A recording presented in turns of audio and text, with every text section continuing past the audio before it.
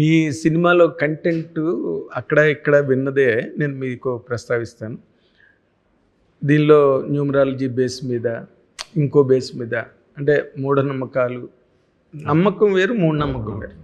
నమ్మకాలు చాలామందికి ఉంటాయి, బట్ అవి ఇంకా అబౌవ్ ది టాప్ వెళ్ళిపోయి పిచ్చివాళ్ళు అయిపోతే వాటిని మూఢనమ్మకాలు అండి కదా. మీరు నమ్మకాల స్టేజ్లో ఉన్నారా, మూఢనమ్మకాల స్టేజ్లో ఉన్నారా? నమ్మకాల స్టేజ్లోనే ఉన్నారు. అయితే సినిమాకి జీవితానికి చాలా దగ్గర సంబంధం ఉందండి. ఇప్పుడు మీరు చేస్తున్న పాయింట్ ఏదైతే ఉందో పబ్లిక్లో బాగా ఉంది, అది బాగా ఏదైనా చేయాలంటే న్యూమరాలజీ చూసుకుంటారు, నక్షత్రం చూసుకుంటారు. మీ లైఫ్లో కూడా మీరు అది పాటించారా శ్రీకృష్ణ గారు? లేదండి, హానెస్ట్గా లేదు. అంటే సర్కిల్లో ఉన్నారు, ఫ్రెండ్స్లో చాలా ఎక్కువ మంది ఉంటారు నమ్మేది. అంటే 50-50గా ఉంటారు. 50% నమ్ముతారు, 50% పెద్ద నమ్మరు. నేను రెండు కాదు, ఏదైనా చెప్పారు అంటే ఓకే అది ఇది అయి ఉంటుంది. ప్రత్యేకంగా నేను ఫలానా కేర్ తీసుకుని ఫలానా ఇది అని అయితే అలా అయితే లేదు ఎప్పుడు. మనకు కొంతమంది హీరోలు కూడా ఉన్నారు ఇండస్ట్రీలో, కరెక్ట్గా ముహూర్తానికే క్లాప్ కొట్టాలి అంటే ప్రతి సినిమాకి క్లాప్ అవన్నీ మనం ముహూర్తానికే పెట్టుకుంటాం అనుకోండి జనరల్గా. బట్ చాలా సీరియస్గా ఫాలో అయ్యే వాళ్ళు ఉన్నారు ఇండస్ట్రీలో ఉన్నారు. అది ఇప్పుడు మీరు మ్యారేజ్, లవ్ అవన్నీ చూసిన వాళ్ళే కదా ఫేజెస్ అన్ని మీరు లైఫ్లో. అక్కడ ఏమేమి పాటించలేదు మీరు? పాటించానండి. అంటే మెయిన్ ఏవేమి ఉంటాయో లైఫ్లో జరగాల్సిన ఘట్టాలు మెయిన్ ఏముంటాయి, అదే పెళ్ళి, అలాంటి వాటిని కంపల్సరీ మనం ఫాలో అవుతాం. అక్కడ న్యూమరాలజీ అమ్మాయిని ప్రేమించగానే డేట్ ఆఫ్ బర్త్ ఎంత అని, ఇంకా లవ్కి అలాంటివి ఉండకూడదు, ఉండకూడదు కాదు, ఉండవు ఆ ఏజ్లో అసలు ఉండవు అసలు.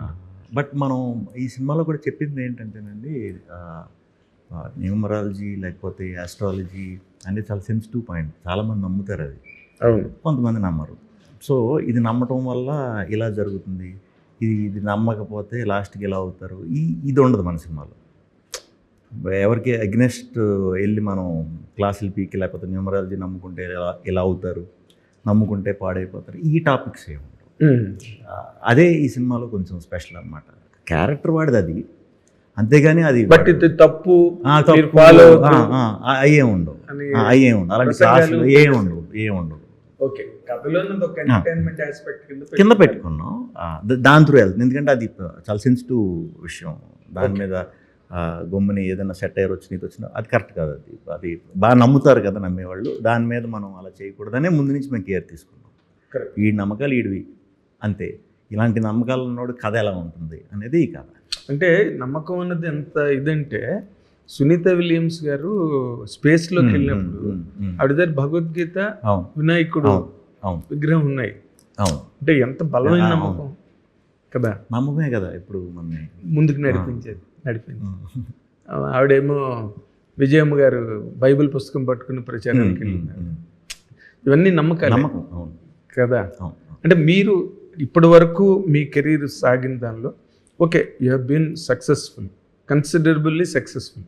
ఫెయిల్యూర్స్, ఫ్లాప్స్ పక్కన పెడితే మీకు అంత పెద్ద దారుణమైన డిజాస్టర్లు వచ్చిన సందర్భాలు కూడా లేవు, అన్నీ గుడ్ ట్రావెల్ మీది.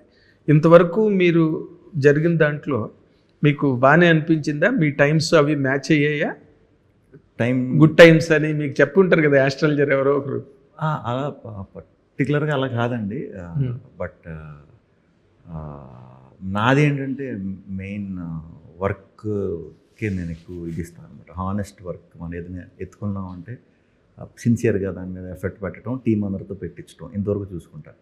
అలా జెన్యూన్గా హానెస్ట్గా పెట్టి వర్క్ చేసి ఆల్మోస్ట్ మీరు అన్నట్టు అన్నీ వర్కౌట్ అయినాయి, లేదా అట్లీస్ట్ క్రిటికల్గా నాకు అక్లెయిమ్ వచ్చింది.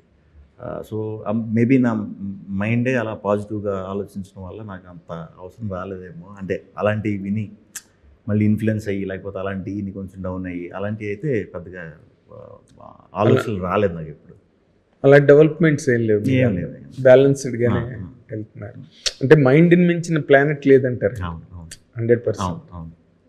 అండ్ మేనిఫెస్టేషన్ అంటున్నారు దాన్ని ఇప్పుడు మేనిఫెస్టేషన్. దాన్ని మన వాళ్ళు సంస్కృతిలో యద్భావం తద్భవతి అన్నారు. నువ్వు ఏదనుకుంటే జరుగుతుంది.